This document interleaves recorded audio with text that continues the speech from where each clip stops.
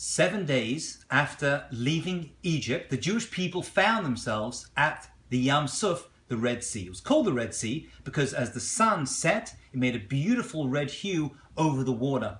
And as far as the Jewish people were concerned, it was the end of everything. Behind them were the Egyptians, Pharaoh with his choice chariots and his soldiers. In front of them there was the sea. To the right and left were wild animals. This was it. Then came one of the greatest miracles, which the Jewish people did not know was going to happen. We saw the movie, so we know how it's going to end. However, they didn't. And what happened was that a strong wind, an east wind, the Torah tells us, came all night. And then Moses stretched out his staff, his hand over the water, and the sea split into a wall on the right side, the left side, and in the middle was dry land they were able to walk through.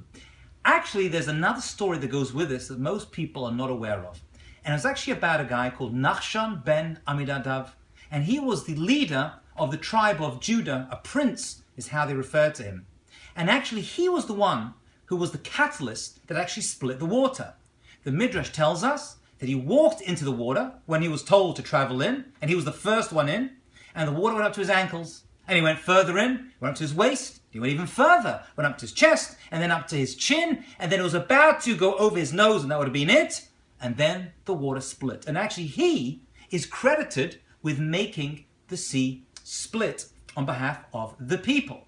What do we learn from him? Actually, as a side point, when we take trips to Israel, we visit army bases around the land, and one of the bases has a platoon called Nachshon.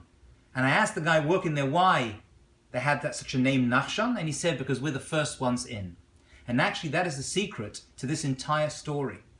With all the great miracles that happened, there always has to be some physical action that we humans make at the moment of deepest challenge and despair. Miracles don't come out of nowhere. God will grant us miracles, but we have to make an action. And so Nachshon represents the action the Jewish people took. And what was that action? Just to move.